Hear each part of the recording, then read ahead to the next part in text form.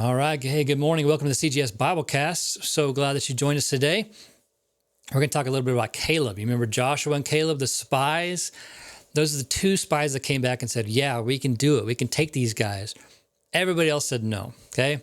Caleb was brave, okay? When he didn't give in to the naysayers when they sent, when they went in to spy on this promised land, explore the promised land, 40 years before this point we're about to read.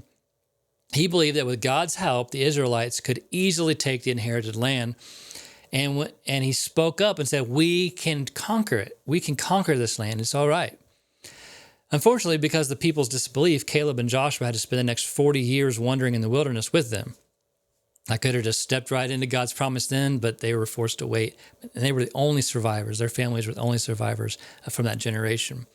But after a long wait, only two spies that are able to cross over into the promised land. Now is the time to settle up.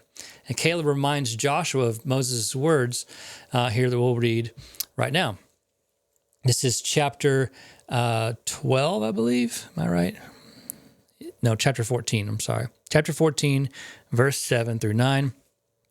This is Caleb speaking, gently reminding Joshua of the things that Moses said. I was 40 years old when Moses, the servant of the Lord, sent me from Kadesh Barnea to explore the land of Canaan.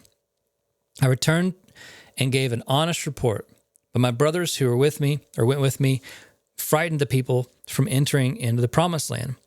For my part, I wholeheartedly followed the Lord my God.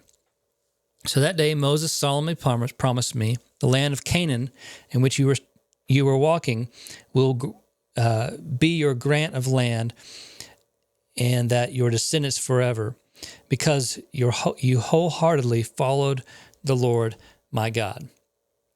So Moses gives them a clear word. You're going to be this place that we're in. This is going to be yours. Okay.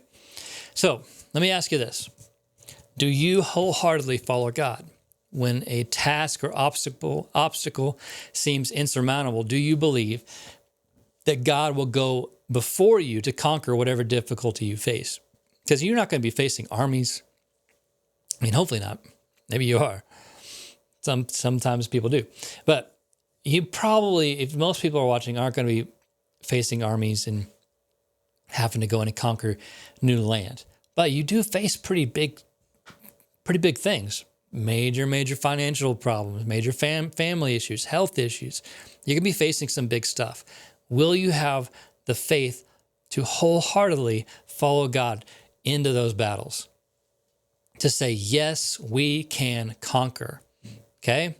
Take a page from Caleb's playbook and believe in God's almighty power. Nothing is too hard for him. There's nothing he can't do. That is the power of God. If you're able to do that, I think you're going to be amazed at the way that God can move in your life and it can provide for you. Let him do it. Let him take charge and say, we can conquer. Have a good day.